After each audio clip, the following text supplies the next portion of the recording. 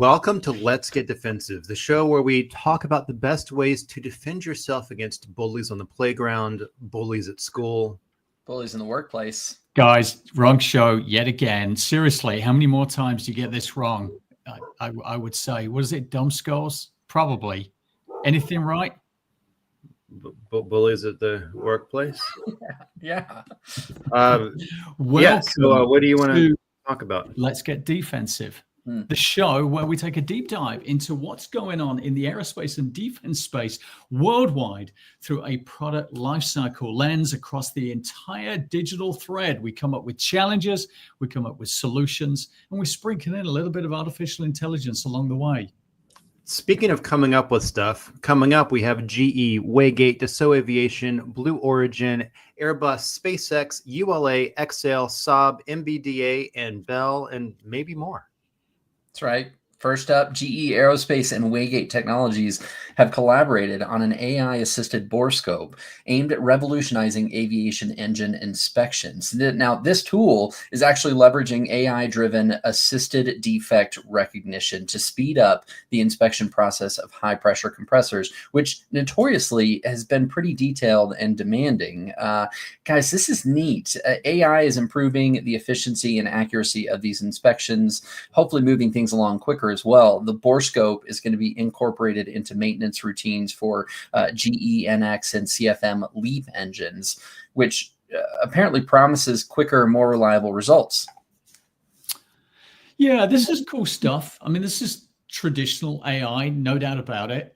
Predictive maintenance, so I appreciate it. But even if it's traditional AI, not generative AI, it's still gonna lose itself in with a whole bunch of mixed tech environments. Integrating fancy AI, frankly, with legacy systems is like asking your teenager to use a rotary phone these days. Good luck with that. Yeah. Without a smooth, critical digital thread from design to inspection, you're left playing tech whack-a-mole with AI on this one. I wonder how many people watching this even know what a rotary phone is. That's Stone Age stuff by now. Yeah. Yeah. That sound. Yeah, I remember that. It would take forever. You couldn't dial something quick. But yeah, that's why we had short telephone numbers back in those days. That makes sense. Yeah, because speed and accuracy is actually super important, which you did not have on a rotary phone. But here we're looking for a collab tool that's designed to improve the speed and accuracy of the high pressure compressor inspections. That's almost a tongue twister. High pressure compressor. Yeah. Reducing the inspection times, delivering precise defect detections.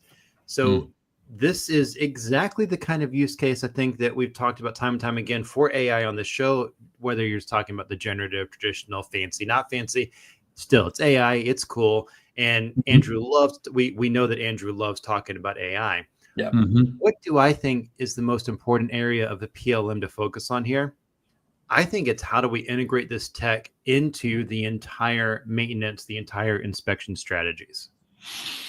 Yeah, I think I'll win on with this one, Bryan. Proactive defect management, it comes with a dash of skepticism on my mind. AI needs a little bit of babysitting. We can't just let it loose on the world and hope for the best. But by validating what ADR flags, we ensure no robot's going to start kind of hallucinating about and what's going to end up in the report. So you've got to still have your cross checks, your preset quality controls, so that your AI doesn't just ultimately embarrass you and you're maintaining the wrong stuff. I mean, anybody who's played around with ChatGPT knows sometimes it just makes stuff up. It sounds great. AI. Yeah. So when you're dealing with AI at all, and actually really when you're dealing with any system, you have to quality control it. You have to quality check it to make sure that it is accurate, right? So how do we make sure that everything that AI here is doing and saying about these defects and testing is actually verified against reality? Because if it's not, you could go down like just sinkholes of money being lost trying to repair things that don't need repairing, et cetera, right? So how do we make sure? I think you hit it there with what our solution is here. It's QM&C, so it's quality management certifications, integrating real-time in-process quality control and automated defect documentation. So you've got to implement a rigorous tracking and certification process to maintain your inspection accuracy standards. I'm also going to bring AI on the top of AI. Then we can use our own AI for real-time anomaly detection and automated quality documentation to support those certifications. So there you go, AI on AI. So you need AI to quality check your AI, and maybe one to quality check that and one to quality check that, maybe like a matrix of AI, and now we're in sci-fi. Yeah. Yeah. I mean, even this week, I think I saw Microsoft announced it. I think it's called Magnetic One or something, which is AI on top of AIs. So it's happening. I was wondering if you were going to go there, and you did. AI on top of AI. I love it. Yeah. I love it. Dassault Falcon Jet has made its first U.S. delivery of the Falcon 6X, a long-range business jet, known, of course, for its luxury and advanced technology. The aircraft, which bears serial number 10, was handed over to Shell and Campeter in Missouri just last week. The 6X features an ultra-wide cabin and range of 5,500 nautical miles, which I think is easily LA to London, if I've got that correct. Of course, blending comfort. I just did it. You just did it. You know. I just got here having done LA to London. So yeah, but I wasn't counting. Yeah. Oh, well, on the way back, just remember to count for me every mile. Make sure you got your clicker. This delivery is marking a significant milestone for Dassault, which is expanding its footprint in the U.S. business aviation market. Yeah, this is really a whole new market for Dassault, which means a whole new set of requirements, a whole new set of regulations to verify, check, and meet, FAA, all of that stuff. But it also means a whole new marketing strategy, because how do you gain a market share in something that's already a really well-established area? Yeah. Okay, let me switch industries for 1 second. Automotive, Renault, Peugeot. You heard of them? Heard of them, but they're not driving around in the U.S. Yeah, exactly. So I'm kind of in sync with you here. The biggest challenge for this is breaking into a market where everyone's already fighting for the armrests. Dassault has got to prove that this Falcon 6X isn't just another fancy jet, but it is the jet for the business traveler. So convincing those customers to pick the new kid on the block, the new kid on the tarmac, I should say, over well-established giants isn't going to be a cakewalk for these guys. Yeah. Sorry, Greg, but we agreed again. Getting used to it at this point. So how does a company do this, right? Like, how can you break into a well-defined market, no matter how good your quality is, no matter how good your price is? There's got to be some sort of edge you can use to break in. What could that edge be? Yeah, I think it's out there. I think emphasizing obviously the 6X's luxury and tech benefits is great, but then I think you want to back that up with impeccable traceability. So you need to show that the 6X isn't just a sleek machine on the outside, but it's solid in terms of its data and its compliance under the hood. And that's so rather than having some kind of flashy sports car, you've got a flashy sports car that's also got an unbeatable warranty. So you've got ease of maintenance, you've got warranties available because they've got the whole data model fixed up and ready to roll. I think that's how they differentiate. Just for me, that makes them different. Yeah, I think in order to get to that point, requirements traceability is huge. I mean, especially in the world of FAA regulations, assuring you have compliance handled is going to go a long way, but is it long enough? I think there's actually more to being able to get into this market, and that might actually lie in the area of your build of materials management. Dang, I'm with you. I think this is the part of the critical thread where we talk about product structure and configuration management. You got to develop and manage comprehensive BOMs and configuration baselines to make sure that the luxury and the tech upgrades we're talking about for this 6X are consistently reproduced. And then you bring your AI on top of that for dynamic configuration. So you can adjust using AI based upon feedback, making sure that each model matches customer expectations without manually reworking through configuration. So I think you blend product structure, configuration management, bombs, config with AI together, you've got something that's pretty rapid and slick to respond to the market. Yeah.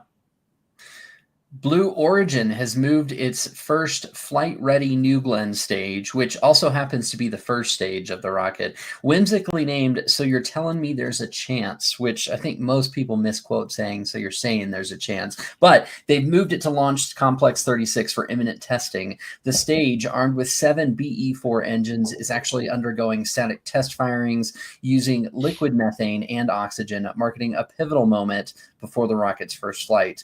Successful launch is tentatively set for late November, so later this month, pending regulatory approval and, of course, some further testing.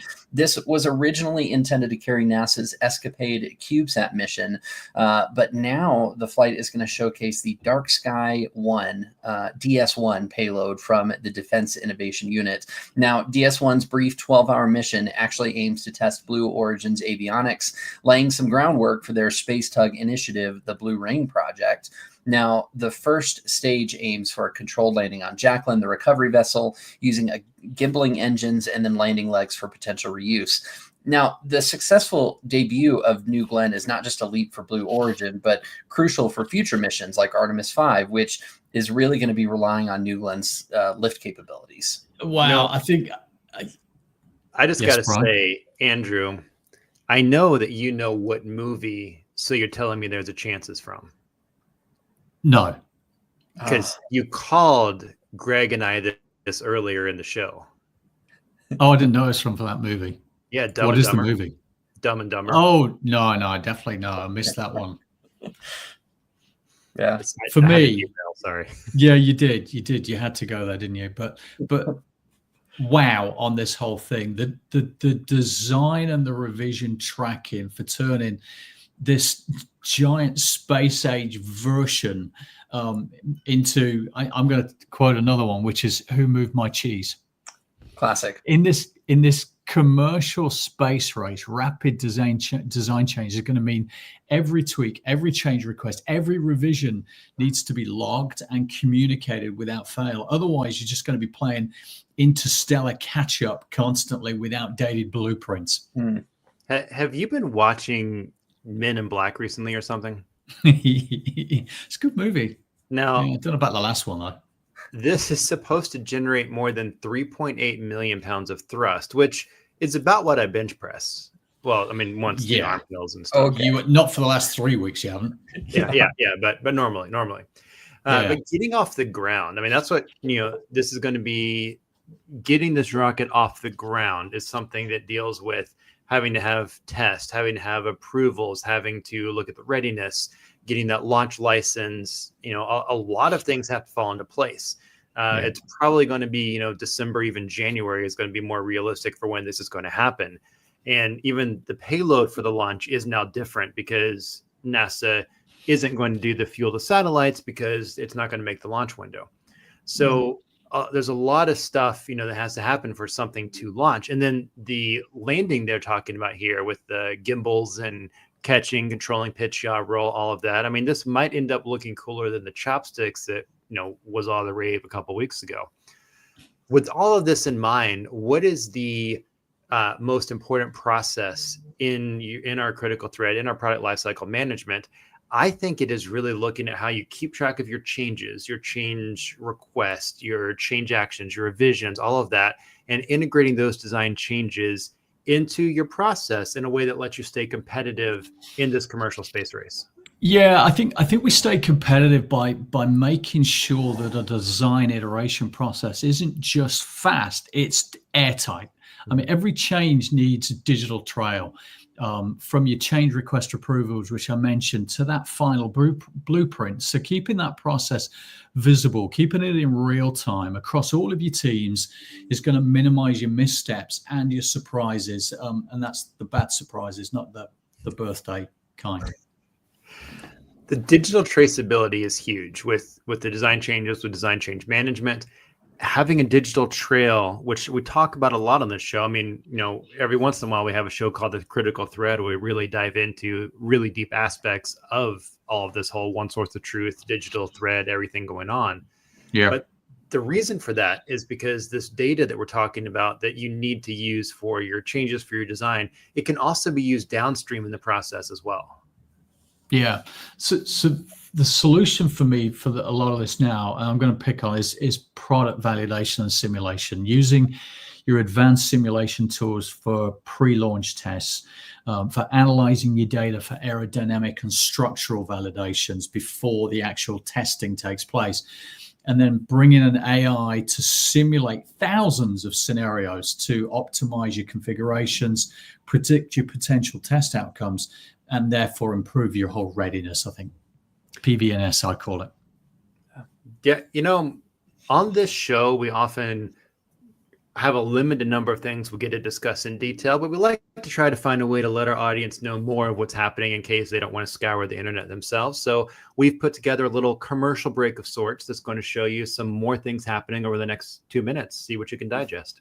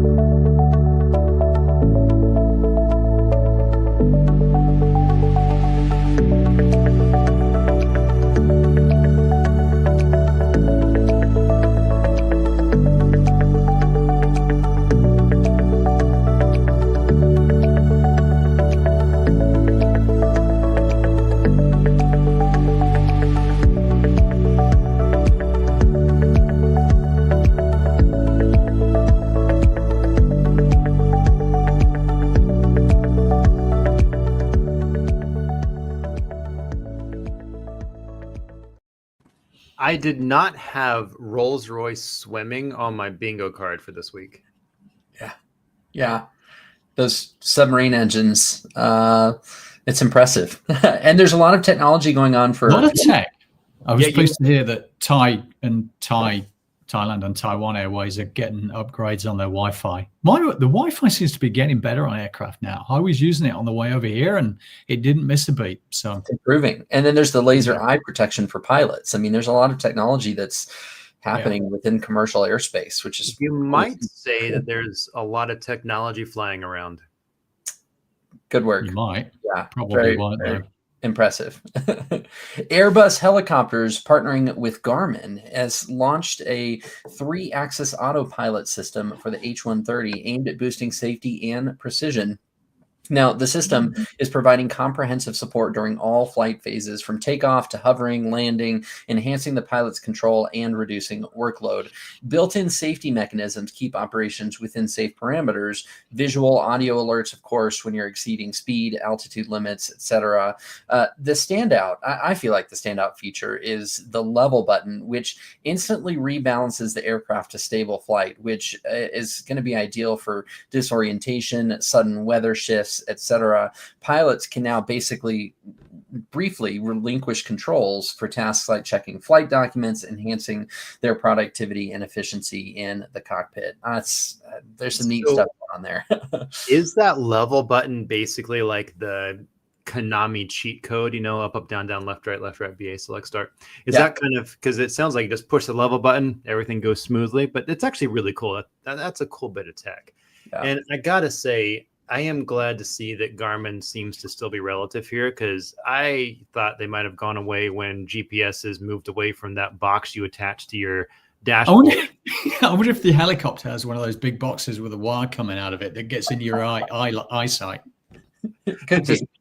Yeah. Just bring your phone to GPS. I mean, tech has come a long way, I think, and it's crazy. There's people who might even be watching right now who don't realize that we used to have separate GPS systems that weren't on our phones. I mean, and that was after the revolution of no longer needing to print out maps off of MapQuest, right? I mean, yeah. But no, this is really cool with all of the autopilot used for all the flight phases to keep the aircraft safe with the cool level button. I think that integration of this autopilot system into your aircraft system in general is going to be the biggest focus, the biggest challenge, because you need to be able to talk correctly to all the other systems on the aircraft and to future-proof whenever you bring in new and upgraded systems or replacing systems. So you've got to make sure that the information that is being fed into your autopilot and the information it needs to feed to other systems is all talking correctly, speaking the same language. All good points, Brian, all good points. But is it the real challenge? Keeping those systems from turning into a digital version of, I thought you knew, making sure the autopilot and other onboard system communicate smoothly without any compatibility surprises is where things are going to get a little bit shaky in my mind. So let's face it, if these systems start ghosting out on each other mid-flight, it's not like we can kind of say, oh, hit pause and let's do a little troubleshooting at 10,000 feet, is it? So I think you're just speaking from Greg's nightmares here of the systems just stopping to talk to each other at 10,000 feet. No, we're mostly on the same page with integration and communication. With all of these things, I guess you want a nice harmonious talk between all these systems. Oh, yeah. Okay, I guess our edge really is about making sure that every part of the aircraft, whether it's old, whether it's new, works together seamlessly, integration, et cetera, and that means mapping out a full digital thread that captures every single system, all of those connections, all of the potential upgrade paths as well as they go forward. That way the pilots ain't going to end up kind of wondering why the autopilot is trying to land in the nearest cornfield. Let's get Greg going again. You really are. Greg's nightmare is the plane. I'm never going to fly again. Never. Yeah, right. 10,000 feet, it just pulls over and asks for directions and then lands in a cornfield and then the horror movie starts. Yeah. I think I want to see this movie, but so where are we at? We're mapped out the digital thread. We've figured out the upgrade paths. I think the next step is probably just kind of merging one of Andrew's favorite areas to talk about, and then with one of my favorite areas to talk about. My favorite area is design and change management. Yeah, I agree. It's D&CM. It's design and change, getting those CAD models and those design revisions while making sure your change management is integrated into the whole production process as well. AI, I think, is going to be good here because it's going to help you track those design changes and verify that the revisions comply with all of your safety regs, reducing your risk of oversight. So yeah, D&CM with AI aiding and abetting. D&CM with a sprinkle of AI. Of course. SpaceX has revealed advanced crew cabins as part of its Starship human landing system for NASA's 2026 Artemis 3 mission. Cabins are actually featuring some spacious layouts for improved astronaut mobility functionality. They've got high-tech sleeping quarters designed for optimal rest and recovery, which is really going to support that physical and mental health on long missions. But then advanced and enhanced life support systems are ensuring continuous air, water, and resource supply, really prepping astronauts for week-long stays on the lunar surface. Now, Artemis 3 is actually going to mark humanity's return to the moon's surface for the first time ever, in 50 years, with a focus on the lunar South Pole. Real challenge on this one for me is balancing that whole luxury with the brutal laws of physics and the brutal laws of budgets as well. Building a spacious, comfortable cabin is one thing, but keeping them light enough for liftoff without needing extra rocket boosters is a whole different thing. So add in making sure that all of those things are then enhanced designs and don't compromise safety. And you've got the recipe of, you've got a whole bunch of engineers having a real tug of war over this one. Yeah. At first we had Doge to the moon. Now we've got Artemis 3 to the moon. But making comfy living spaces seems to really be the first step to making space travel more popular and even more commonplace. Maybe this is the new mobile home. The cost and weight and functionality and safety are all important here, with that tug of war Andrew's talking about between the different designers and engineers as far as how do we get all this to happen. Mm-hmm. Eventually, maybe even being able to manufacture these things at scale. Maybe we'll have, what have they launched? 400 something rockets already. So, or not different ones, but there's some of those are reused. But, maybe there's going to be a lot of these comfy things headed to the moon. But for now, I think the requirements is going to be my main focus, because you've got to be able to take what we're doing for the comfort and the requirements for comfort and make those work well with the requirements for weight and being able to actually fly. I think SpaceX, they've done 400 launches, you just said. 404. You compare that to Blue Origin, ULA, people like this. They're just a long way ahead, aren't they, in terms of experience? So again, I think they're being smart. I think they are going to set a new standard for crew comfort that other players are going to need to chase. But staying competitive means having a bulletproof requirements capture process.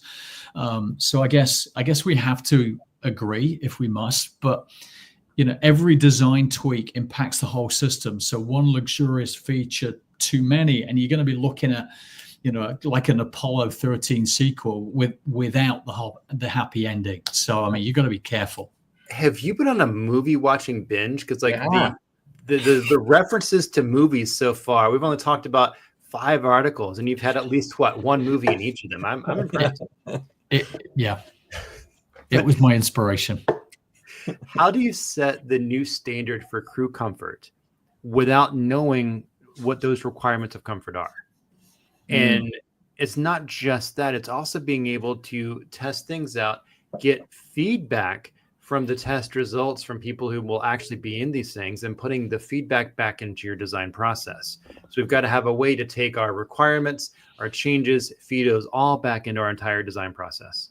Yep. Yeah. Which is why the solution to this one is concept and requirements gathering right at the start of the critical thread, gathering those detailed requirements related to the ergonomics, the safety, the resource management for optimal crew, cabin design. That's the core solution for this one. And then bring your AI in to help you prioritize and cross-reference all of these requirements with astronaut feedback and mission needs for iterative improvements. So you've got concept, requirements gathering, start there, bring in your AI on the top of it, just speeds the whole thing up and improves accuracy. You're even able to use those requirements to figure out use AI to figure out what those requirements are too, because you can create a human model and kind of have the AI go through all the possible movements to make sure stuff works too. You can do a lot of stuff to even use AI to figure out those requirements and then use it to help make sure you've got all the cross references and data and everything you're talking about. So there's a lot of use case here. Yeah. When it comes to milestones and certifications, I feel like speed is of the essence, right? Speaking of, United Launch Alliance is close to completing certification for its Vulcan rocket, with the U.S. Space Force reviewing data from the October 2024 CERT-2 mission. The test faced a minor issue when a solid rocket booster's nozzle detached, which feels a lot more than minor, but we'll go with that. The mission still achieved its intended orbital objectives, though, which is always good. The Space Systems Command now comparing CERT-2 outcomes with model data to finalize certification. Sounds like the first national security mission, the USS F-106, featuring Navigation Technology Satellite 3, is going to follow certification alongside a classified payload. ULA itself is preparing for this and future missions, assembling hardware, utilizing the newly built RS spaceship for rocket transport, starting in 2026. So are we just in the year of the launch or the era of the launch? We had SpaceX, Blue Origin, ULA coming up. This is, ULA's first security mission on the horizon. And with all of these, basically the what license to fly, I guess, is of utmost importance. You got to have that certification that lets you actually make all this happen, which means you got the analysis in the works. And the nozzle thing you mentioned, I think the nozzle popped off in one of the last tests, and then the solid rocket booster had to I think the nozzle that broke away, and then the rocket had to compensate. You know what? The number of errors in this sentence is high. Let's try that again. The whole nozzle thing caused a bunch of complications because you had the nozzle of the solid rocket booster break away, and then the rocket had to compensate for those. I think that reduced thrust, they said, or they have recently said, it was only about a 2% difference. So maybe it was kind of minor, but that still is pretty big. And also cool how you can compensate for it when things happen, right? But figuring out how we take the results of past tests, put them into these new things, these new plans for launching, and make all of these things work so we can get certified to launch, that's huge. Mm-hmm. Yeah, I think you're spot on with the focus on launch timing and the hiccup with the nozzle. But the challenge, I think, turning that certification process into more than just an endless game of let's go find that file for certification. It's making sure every requirement and last minute change is accurately captured, verified, and traced without anything slipping through the cracks.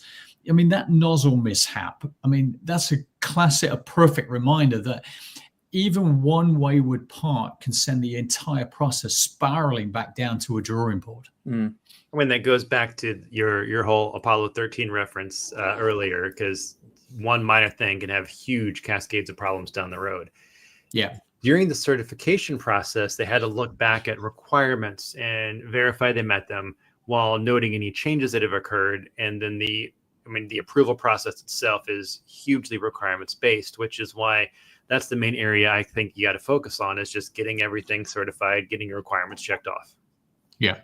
The ULA's competitive edge has to hinge on making that certification process not just efficient, but 100% bulletproof. That's going to require requirements traceability, so that every design change, every test result and adjustment is clearly documented and linked up. Real-time updates are going to make sure that any issues like an unexpected nozzle detachment are flagged and resolved before they become bigger problems. So when the national securities gets involved in this whole thing, there can be zero tolerance for oversight. Yeah, you've got to have your requirements traceability just nailed down. Yep. Requirements trace, you got it. And I bring in your AI to automate your traceability checks, flag any deviations or unlinked changes in real time so that potential issues are caught there and then and corrected immediately. That's awesome. Naval Group and Exail have introduced a cutting-edge unmanned mine countermeasure MCM toolbox and mothership solution, which is really marking a big shift, and we've seen it a lot over the last couple of weeks in naval mine warfare. The first of 12 MCM vessels, part of the Belgian-Dutch RMCM program, has commenced sea trials with delivery expected in summer of 2025. This innovative approach is really keeping operators out of the minefield, which is great from a safety perspective, utilizing a suite of unmanned surface, underwater, and aerial vehicles controlled from a single mothership. The Exail UMIS toolbox includes a software suite for mission preparation, supervision, and data analysis. Each mothership itself is equipped with the Exail Umisoft MCM mission package and the Naval Group's multi-drone mission system integrated with the Cetus C combat management system. There's a lot. Yeah, we're going into my favorite area, because this is going to end up being a hurry up and then wait environment. Coordinating that level of sophisticated tech integration across multiple builds, all of which then you've got to hit quality and speed targets. It's going to be like juggling a whole bunch of torpedoes. So the biggest problem here is production. I didn't have juggling torpedoes on my bingo card for me either. No, not at all. I mean, let's be honest, we all played Minesweeper back in the day, and I think that's this is just next level Minesweeper, right? But no, really, drones integrated with the mothership vessel it's a cool concept. And you've got was it one ship that's having a sea trial, you said, in 2025. There's been 2 that were launched already that are in different stages of outfitting. There's a 4th ship launching in December, and there's 7 ships under construction and the assembly lines right now. This is an impressive venture. It's basically looking at a paradigm shift in mine warfare, keeping the mothership and the crew safe while having the drones work faster than humans could have, more efficiently. A lot of cool tech. But I think figuring out how to get all of this made with speed and quality is really the area that we've got to focus on. Yep. Yeah. I think so. It's how they control that tech landscape with full integration between the unmanned tools and that mothership. And for that, they need a well-oiled production management process that keeps everything aligned, from R&D right the way to the final sea trials. Yeah, well-oiled, but it's got to be a nice environmentally safe well-oiled, because we don't want another Exxon spillage issue, right? Yeah. But how does a company go about making everything at speed, being able to take the lessons learned from ones that are currently under assembly and the things that went well and didn't go well, add that to the next ones, and also make sure that just the whole process is running smoothly? I mean, really, you almost have to start back at your supply chain to make sure everything runs smoothly. Okay, you just ruined it. The first thing you've got to do is, because I mean, you can have all your stuff coming in, I get it, but if you've got it into your shop floor, into your production, what next? Because you can bring everything in or nothing in, but if you ain't ready for it, so you've got to implement standardized lean manufacturing processes to streamline production across multiple builds, as we've said, and ensure consistency. And that approach allows for better coordination of complex operations. You've got to reduce your downtime. You've got to boost your production speed. So that whole kind of process MES MOM solution is going to be needed here. And then I'm going to bring AI in. No way you could possibly use AI here. I'm going there. AI brought into that MES MOM environment for real-time process optimization and predictive maintenance as well. Make sure that you've got all your production hiccups flagged there and then and addressed before they lead to any delays. And AI will also simulate production scenarios. There's your kind of generative stuff coming in to identify the most efficient workflow and minimize resource bottlenecks. So that keeps you back on, gets you on track, and gets you in line with the whole timeline that's needed. Speaking of timelines, it's about time for one of those commercial break things.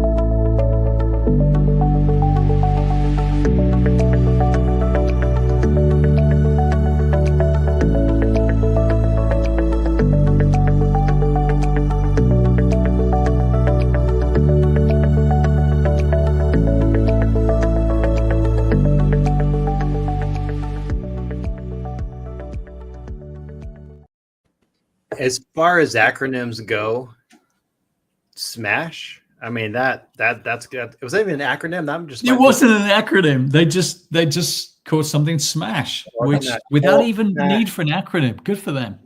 You should do BSU or something like that. But it was the usual four, wasn't it? It was Middle East, South China Sea, Ukraine, and the fourth one, Peru. Yeah. What's Peru doing there again? Is there something going on in Peru that we don't know about? I mean, I know they've got a bit of kind of dodgy stuff going in the mountains and maybe some bandits or something, but I noticed they were even going naval this time around. So just getting ready for the worst. That's all. Isn't that where that like Godzilla, came from in one of the recent movies? Or could be, yeah. Monster attacks. I think so. The portal. I thought Godzilla always came from Japan. Well, that's where Godzilla is really a global phenomenon now. Yeah. Used to be from Japan originally, but there's also a lot of naval stuff happening, right? I mean, you have the submarine mothership attacking drones, which I feel like in the last commercial break, there was an anti-submarine from the air. So it's interesting. Like, yeah, we're getting a lot of cross between water and land and sea, which is cool. And then one of the articles was Saab, Grintech Defense, has unveiled the USME 400, which is a third generation wideband digital electronic support measures system, ESM system, for naval applications. Now, the USME 400 is actually serving as a flagship naval radar warning and ESM system, offering enhanced capabilities for modern naval operations, emphasizing the importance of ESM as primary sensors for navies operating in radar silence, which provides critical situational awareness. Now, this was just showcased at the Euronaval exhibition in Paris. So excited to see it roll out, I think, next year. Yeah, integration. Yeah. These systems can be integrated with the naval laser warning system, with the multi-ammunition soft scale systems, with decoy systems, with the electronic countermeasure systems, all sorts of stuff. I think some of the earlier versions were already integrated with 15 systems. And with all of this integration, how do we make sure that integration can happen correctly? Of course, for me, I got to go look back. What are the requirements for integrating? Well, yeah, integration definitely is the word of the day. But the kicker for me here is keeping this from turning into, wait for it, Franken system. I am impressed. I mean, turning into a Franken system. But let me explain what I mean by that, because you may not understand what I mean by that movie analogy again, where everything works in theory, but in practice, you've got parts that won't talk to each other. So integrating this with your existing naval systems without compatibility nightmares is where it gets really, really tricky. And that's not even getting started on making sure it plays nicely with their antiquated legacy tech.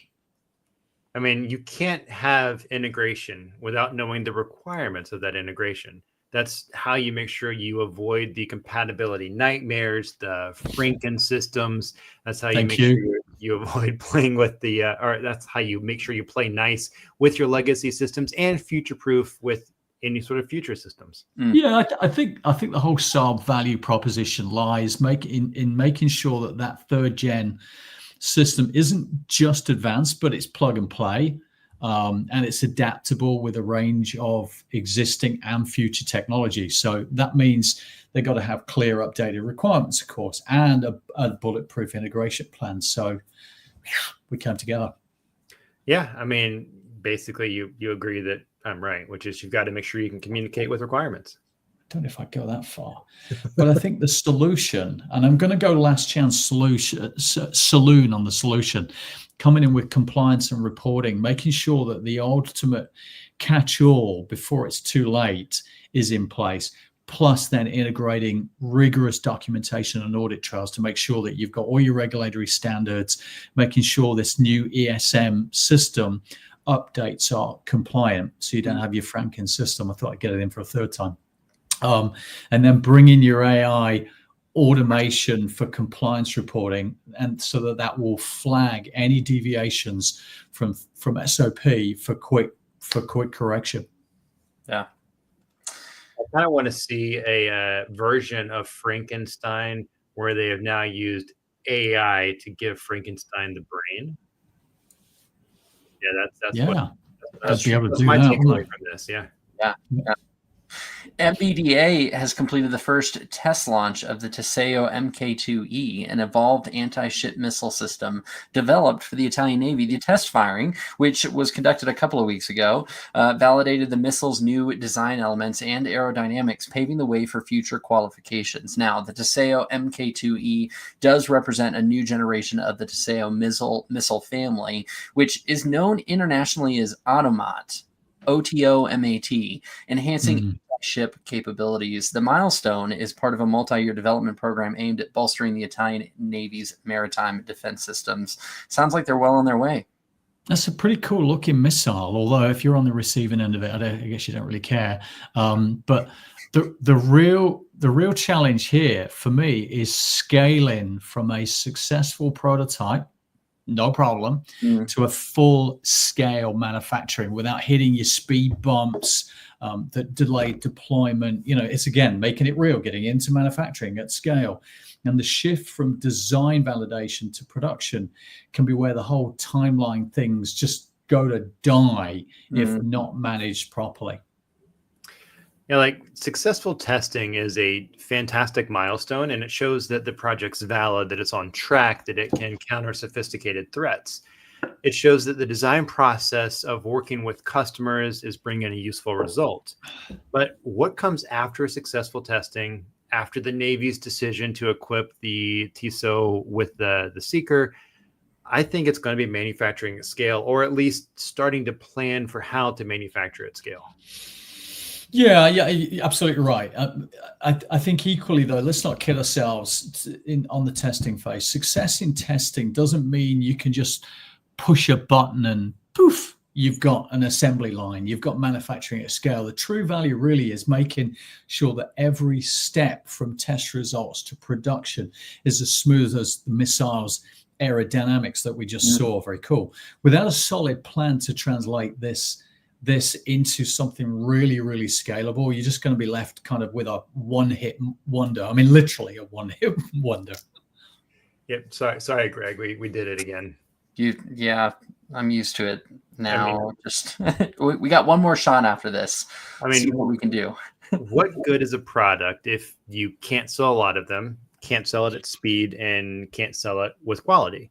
Yeah. And we've got a lot of ways to make this happen. I think we've got to look at our process being optimal, our workflow being optimal, looking at how standardization can help, maybe looking at some of the augmented and virtual possibilities that we can actually use in our PLM process. I think the AR/VR piece comes in a little bit further downstream. For me, it's getting your mess mom up and running here. So you've got your processes, your workflows optimized. You've got to implement your standardization and lean practices and execute on them in the manufacturing workflow to deliver scale production. So that's your mess mom running. And then your AI is going to drive continuous process improvement by analyzing those workflows, the data, to make sure that you're reducing your waste and you're also increasing your productivity. Yeah, it's true. Last but not least, Bell Textron has secured a $37 million contract to supply 3 412 EPX medium utility helicopters through the U.S. Army's Foreign Military Sales Program. Now, the recipient countries have not been disclosed due to customer sensitivities, with deliveries expected by December of next year. The 412 EPX, developed in collaboration with none other than Subaru, features advanced avionics, increased cargo capacity. Really, this is going to help enhance that operational versatility that they're looking for with these utility helicopters. You know, when you're looking at names being redacted, you're dealing with some top-level security issues. We're going to have to look at export control, at IP, at other data sharing precautions. Yeah, I'm on the same page. Navigating those controls, those IPs, I agree. Because if you don't, you're just going to turn that whole PLM system into a total mashup and maze. The designers are going to get completely lost in it. So making sure that the sensitive data isn't accidentally shipped off with the spare parts order when it comes through is where it's going to get kind of real fun back in the product lifecycle. Yeah, I've worked with some of these data transfer projects, and making sure it's all done in a way that you or your company or yourself don't end up in prison is of utmost importance. You have to build all these securities into your PLM system in a way that makes sure you get the proper data to your customers. Yeah. I think you can build them in, but it's kind of like saying, I'll just add a bit of security in there along the way. I think it's more like trying to wire an electric fence around a moving target. Bell needs to really make sure that their systems are tight enough to comply with these regulations, but flexible enough to deliver the data to clients without causing, a bit of a diplomatic incident along the way. So one wrong click and someone's going to get a very, very awkward phone call from the DoD. So you got to fix that. Yeah, I think it's a fair statement to say that all of our customers appreciate preventing that awkward call from the DoD. So let's talk about solutions. How do we do this? I think integrated logistics, spare parts management, proper IP, proper export control, having all of your requirements and integrated in with the support, not just for delivering these products, but also for what to do post delivery to continue supporting them as well. So what are you going for? I mean, everything, but I think really the specific area is how are you making everything compliant, making sure those requirements are all met with all these international, foreign military, U.S. side, everything there. So the compliance and the reporting of that, because in order to make sure that you check off all these boxes, you've got to. We're on the same page. We're Last Chance Saloon, compliance and reporting. I agree. Integrating all of those compliance frameworks within a PLM system to make sure that the export control, those IP management, and the data sharing precautions are all embedded right from design right through to delivery, and making sure you got your audit trails and documentation in place. You were going to say something, Brian? No, I just said we agreed again, and I was just looking at Greg. It is. So I think, and then without letting it escape out the door, AI needs to be there to monitor your data access and usage in real time, automatically flagging any compliance risks or potential violations along the way. And that's what it's there for. It'll do it. And you can't forget the AI on top of that AI. So make sure that it's consistent. You got it. Pretty soon we'll have an AI pyramid. The AI MLM system happening. That's what it's going to be. That's right. Yeah. Right. I'm going to go do battle with my room's air conditioning and see if I can get the temperature up before I freeze. Before you freeze, I think the biggest takeaway is apparently Andrew's been on a movie watching kick. That's all I can understand from this, because there's been. I think I missed some of your movie references now that I'm thinking back about it too. I think there's been a few. Watch the show, Brian. You'll be amazed. Amazed. Andrew, how many Easter eggs? While you're doing battle with your air conditioning, just remember 72 is not cold. Okay. Oh yeah, I'm still over 72. I'm cold, so you're right. Yeah. Is that okay, guys? Fahrenheit. Yeah. See. Yeah. And on that note, everybody, thanks for joining us. We'll see you next week. Have a good week. Bye.